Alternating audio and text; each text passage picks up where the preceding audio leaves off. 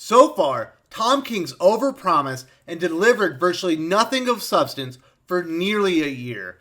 The ball's in his court. It's up to him and his editors to save his reputation with Batman readers. I've been told that Batman number 74 is where the series finally drops the dreary, depressing atmosphere and starts moving forward. It's kinda true, sorta maybe. The last 4 pages of the issue are really good, but readers still have to slog through 20 pages of peak King pretentiousness before the story finally picks up. Batman has been a terrible book for a very long time now. 4 pages of quality storytelling can't change that, but just maybe it portends better days ahead for DC Comics' flagship series. I, for one, am severely skeptical Tom King has it in him to fix any of this before he exits on Batman number 85. Before I get started, I want to let everyone know the comics aficionados are live and unfiltered this Saturday morning right here on Thinking Critical YouTube. Batman superfan Tristan from Nerdette's Newsstand is visiting to help us break down The Dark Knight. We're going to debate the current state of Batman and the best and worst story arcs, writers, and eras for the character. If you're a fan of the Batman, you won't want to miss Comics Aficionados live and unfiltered this Saturday.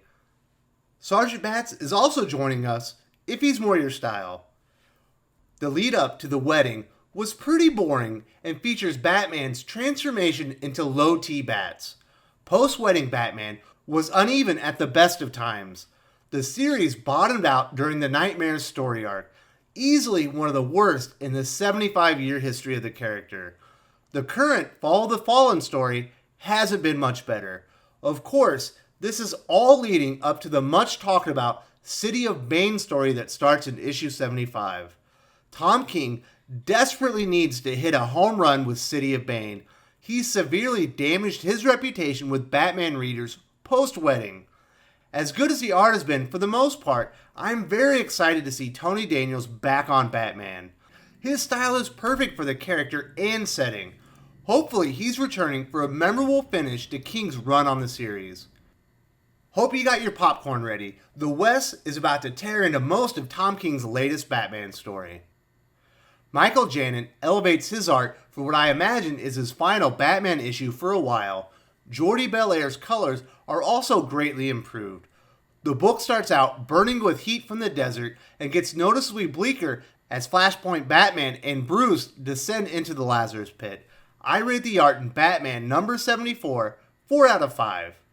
The book picks back up with Flashpoint Batman and Bruce dragging Martha Wayne's corpse to a Lazarus Pit for resurrection.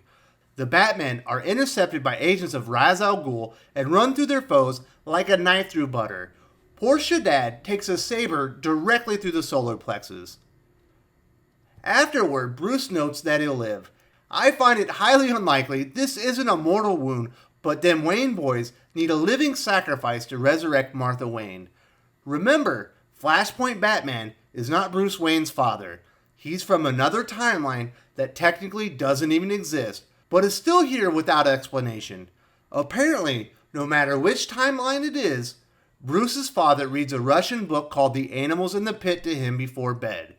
This is the same story that's folded into the narrative of Batman number 57 as Bruce hunts down KG Beast after shooting Dick Grayson in the head. Here, it's extremely forced, and the two discuss Flashpoint Batman reading the book to Bruce as a child for at least 10 nauseatingly mind-numbing pages, despite this not being his real father who actually read the book to him. Not only does King never explain how in the hell Flashpoint Batman is still alive, let alone here, he never even attempts to clarify why he's obsessed with this Bruce Wayne's upbringing. He knows just as well as Batman does that he isn't his father. Flashpoint Batman talks about Bruce being shy and timid as a child, about how his own father would slap him around frequently.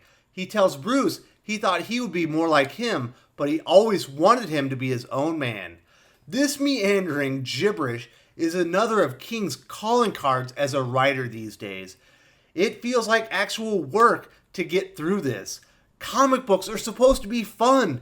interesting, allow readers to immerse themselves in a new world and experience some much needed reprieve from the rigors of everyday life.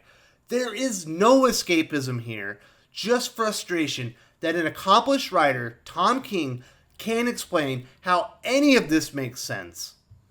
Dem Wayne boys arrive at the Lazarus Pit with Martha and Shaddad in tow. They talk about Flashpoint Batman's wife. He makes a passing comment about how Bruce has no idea the pain her passing caused. Clearly irked, Bruce replies, "I may have some idea." This one line feels in character. Bruce asks how she passed, but Flashpoint Batman doesn't want to give details. She'll return soon, and the three of them will be a family again. Just look at this Bendis-esque monstrosity of drab dialogue about the book from Bruce's childhood the series already featured heavily just 17 issues ago. It's absolutely pointless, and the conversation has dragged on for at least 10 pages by now. Think of how many trees and octopus died so Tom King could bore readers of one of the most exciting characters in comic history to tears. The amount of wasted real estate on this page is mind-blowing. I remember death by PowerPoint during my military days. Death by King's pretentious writing tropes is a far worse fate. King once again reinforces his belief that Bruce Wayne is addicted to his vigilante lifestyle through Flashpoint Batman. Keep in mind, this is from a psychopath who was not only Batman himself, but needs to prove he's the better Batman. He also talks about how he spoiled Bruce as a child. Of course, we all know he didn't actually raise him. Flashpoint Batman explains Bruce needed to be broken, that's why he aided Bane. I think King finally provides one answer to his story. Now that he's broken, Bruce can rebuild himself after they resurrect Martha Wayne. He will have a family again. He can put away the cape.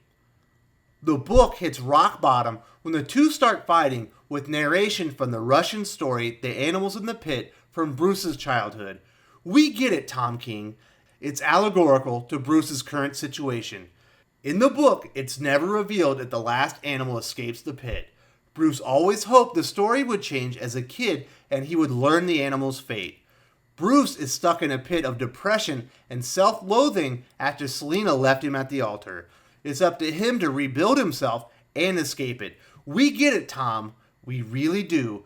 You don't have to hit readers over the head with a proverbial hammer so hard with your analogy for us to understand.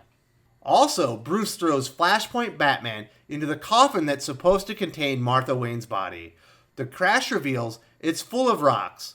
Bruce explains he took her body out the night before and buried her.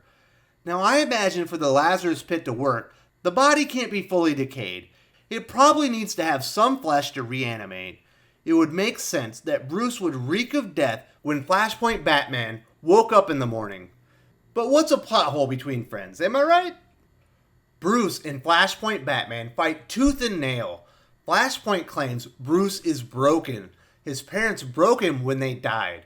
Bruce says he remembered seeing them die in the alley. He learned one truth. His parents are dead and he's still here. This seems to symbolize Bruce waking up from his depression with a renewed sense of purpose and understanding of who he is. The final 4 pages of this comic are excellent. Unfortunately, the previous 20 are full-on pretentious King nonsense. The story meanders far too long. It's an absolute chore to get to the good stuff at the end. I rate the writing in Batman number 74 1 out of 5. Tom King's Batman has been bottom of the barrel for far too long. It's been at least a year since the series featured a well-told story arc. Batman number 74 once again features quality work from artist Michael Janin and color artist Jordi Belair. Tom King's writing continues dragging the overall quality down substantially. The Animals and the Pit is explored ad nauseum. Using the book as a story narration near the end was pretentious as all hell, even by King's standards. Just what readers have come to expect from his low-T Batman. I rate Batman number 74 2 out of 5 overall. The final 4 pages of the issue are very well done. Is this a sign of better days ahead for Batman readers? I felt they were coming for some time now. Based on recent history, not likely. But there is hope. King and DC Comics have been hyping up City of Bane for what feels like a year now. Unfortunately, Batman has shed at least 40,000 readers as King ambled his way to this point. If he can't finish the last 10 issues of Batman in exciting fashion, King's time on the series will go down in infamy. So far, Tom King's overpromised and delivered virtually nothing of substance for nearly a year. The ball's in his court. It's up to him and his editors to save his reputation with Batman readers. It's going to take far more than 4 great pages to fix all the things he's broken on DC Comics' flagship title. If you enjoyed this video, please give it a like. I would appreciate it very much. It helps us attract more views for the channel. Subscribe for future commentary, comic book news, and reviews. And don't forget to ring the bell for notifications. If you want to talk comics, movies, and much, much more, you can follow me on Twitter at Wes_from_TC. With that, Salamat Po, and I'm out.